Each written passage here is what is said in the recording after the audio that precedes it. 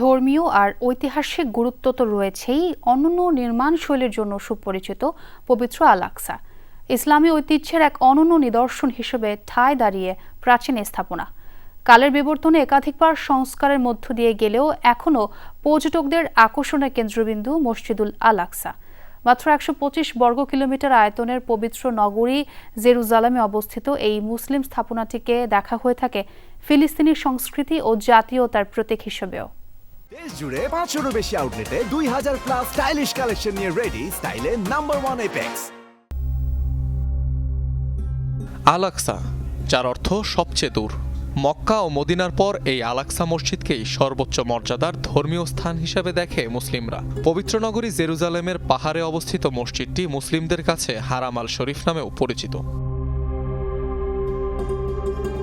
কথিত আছে আল আকসা প্রাঙ্গণে প্রথম মসজিদ নির্মাণ করেন ইসলামের দ্বিতীয় খলিফা হযরত ওমর।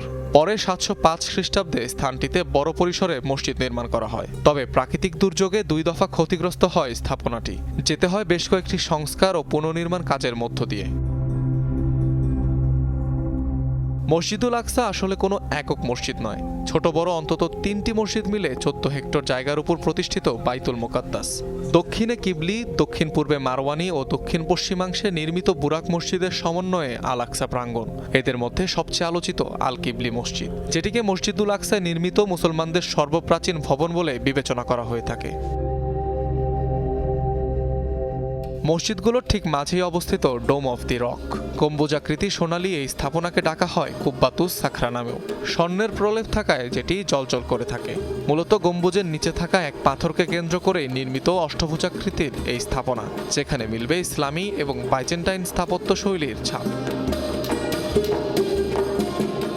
পবিত্র কোরআনের একাধিক স্থানে উল্লেখ রয়েছে মসজিদুল আকসার নাম। বরকতময় ও পবিত্র ভূমি হিসেবে অভিহিত করা হয়েছে স্থানটিকে, যেখান থেকে ইসলামের দীক্ষা নিয়েছেন বহু নবী রাসূল। ইসলামী সংস্কৃতি ও সভ্যতার আদিকেন্দ্র হিসেবেও খ্যাত আল আকসা। প্রতি বছরই আল আকসা প্রাঙ্গণে জড়ো হন বহু মুসলিম ধর্মানুসারী। হামাসের সাথে যুদ্ধকে কেন্দ্র করে এখন অনেকটাই সীমিত করা হয়েছে দর্শনার্থীদের প্রবেশাধিকার। অনিক রহমান, যমুনা নিউজ।